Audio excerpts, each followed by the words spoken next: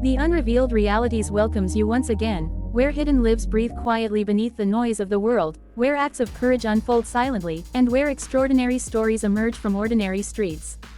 In Secret Chapters, we explore those moments that rarely get told, where quiet dedication leaves a ripple far beyond the eye's reach. It is 5:30 p.m., the sky heavy with clouds pregnant with rain. In a small, overlooked town, a narrow wooden bridge stretches over a river that is as beautiful as it is dangerous. The water twists violently around rocks, carving patterns that glimmer in the dimming light. Locals cross it cautiously, aware of its peril, yet every evening, regardless of weather or wind, one man stands at the bridge's edge. He is neither heralded nor famous, yet he carries a responsibility that dwarfs the attention he receives.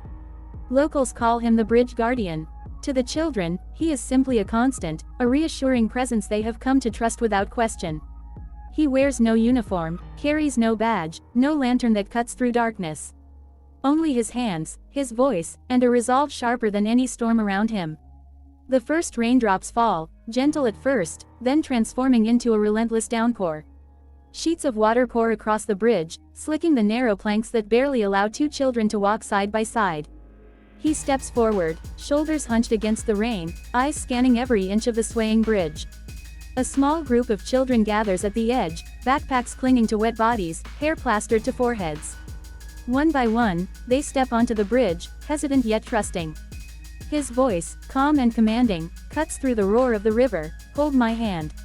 Keep close. Don't rush." There is a rhythm to his actions, a choreography honed over years. One slip could send a child into the dark, roaring waters below. One lapse in attention, and the river could claim a life in seconds. He watches every movement, every faltering step, his hand instinctively steadying a small boy whose boot threatens to slip. The wind howls, tugging at the children's clothes, making the bridge sway. Yet he stands firm, unflinching, a solitary anchor amidst the storm. The bridge is more than a structure, it is a threshold between vulnerability and safety. On one side, homes line muddy banks, smoke rising from fires, parents shouting reminders to children. On the other, the schoolyard awaits, chalk-stained floors, ringing bells, and the promise of learning. The bridge is the boundary between risk and security, and without him, that line is perilously thin. No one knows his past. Some say he was a teacher, others whisper of a man who lost a child to the river years ago. Whatever the truth, he speaks little. When asked why he stands there, he simply says, "I just do what must be done." There is no pride, no desire for recognition, only vigilance. Tonight, a particularly violent gust slams against the bridge. A girl clutching her uniform skirt leans into the wind, her balance wavering. The guardian steps forward, steadying her with a hand. The river below churns, its roar almost deafening. Children flinch, but they trust him implicitly. Step by step, he guides them across, whispering small words of reassurance, diverting their fear with gentle humor or a quiet joke. Laughter, fragile and fleeting, flickers through the storm. When the last child reaches safety, he does not immediately follow. He pauses at the center of the bridge, scanning the river, listening to the wind and the roar of water. Only when he is certain the danger has passed does he retreat to the far edge, disappearing into the mist as silently as he appeared. No one applauds, no one waves. Yet the children enter the school, hearts racing not just from fear but from the subtle assurance that someone watches over them. Parents arrive later, scanning the bridge, sometimes spotting him, a drenched figure standing alone, and then, before they can approach, he vanishes. The guardian who asks for nothing, they whisper, in awe and disbelief. Days blend into weeks, weeks into months. The winter storms lash the bridge with icy rain, monsoon floods turn it into a treacherous path. Even when darkness falls, he is there. The town comes to expect his presence, yet his dedication remains invisible, a quiet rhythm no one fully measures but everyone benefits from. He is not a hero in the conventional sense. There are no medals, no media coverage, no awards ceremonies.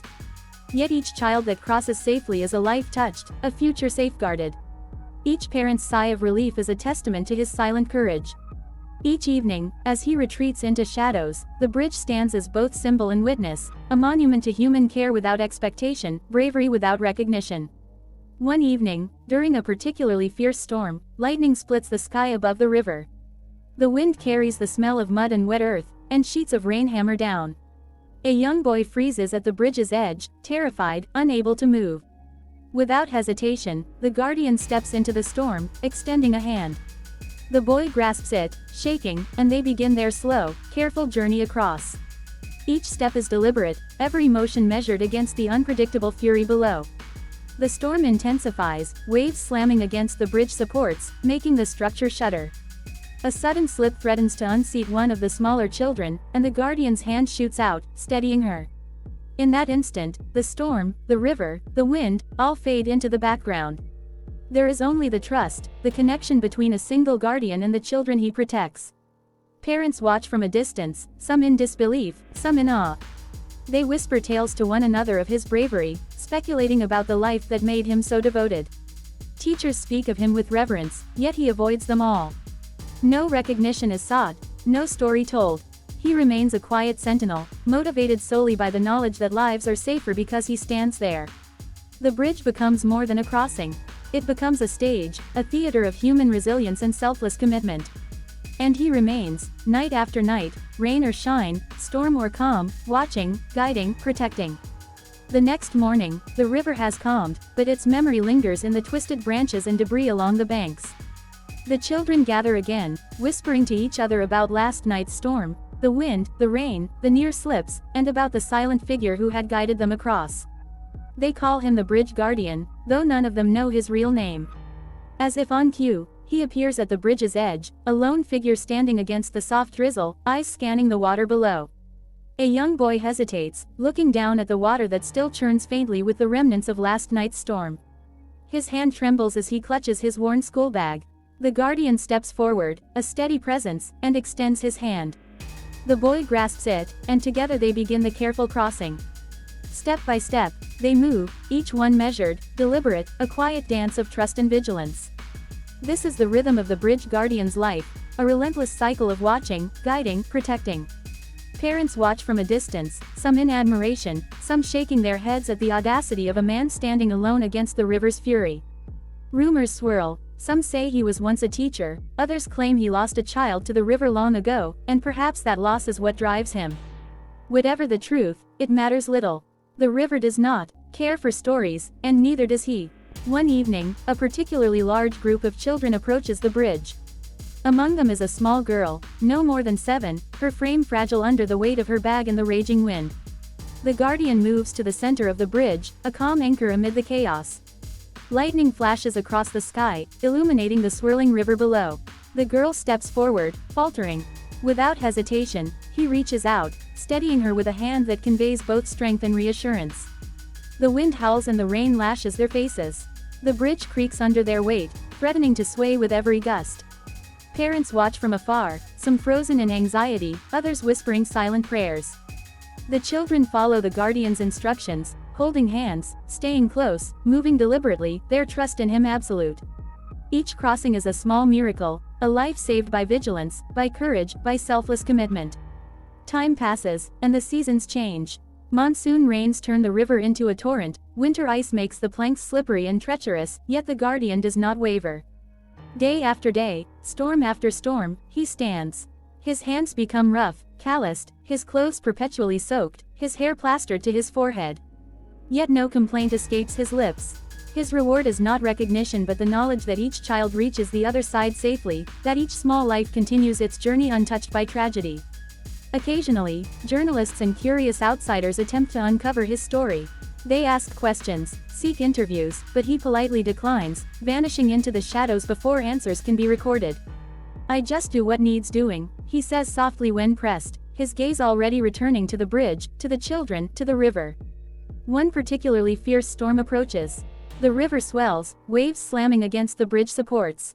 A young boy freezes at the edge, terrified by the raging wind and torrent below. The guardian steps forward, extending a hand, and the boy clings to it. Step by step, the crossing begins. A plank shifts under their weight, threatening to tip the child into the river, but the guardian is there in an instant, steadying him. The child's small hand tightens around his, and together, they continue. In that moment, the bridge becomes a theater of courage. Nature is fierce, unpredictable, yet human determination proves stronger. The guardian does not speak of fear. He does not recognize danger as others do.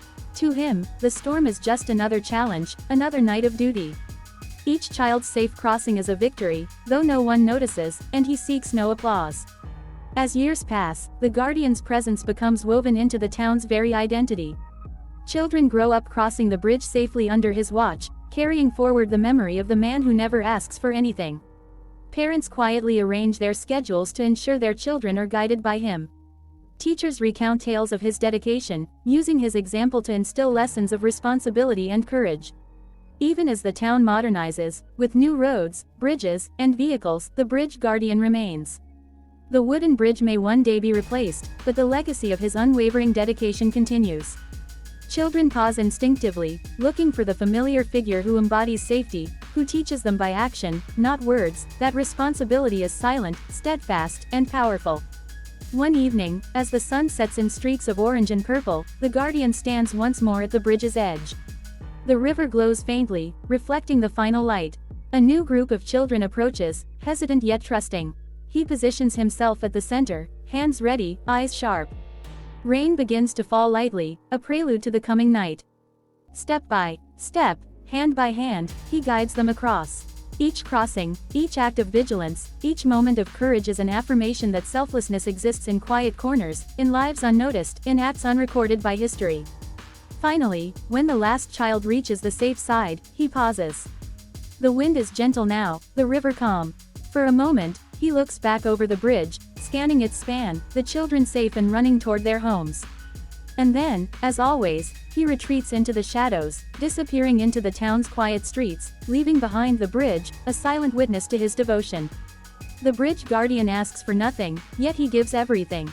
In his story, we see the essence of humanity: courage in the face of danger, dedication without recognition, love without expectation. His impact is invisible but undeniable, subtle but eternal. Each child who crosses safely is a testament to one man's quiet resolve, a legacy built not on words or fame, but on unwavering action. As night fully descends and the town sleeps, lanterns flicker along distant paths.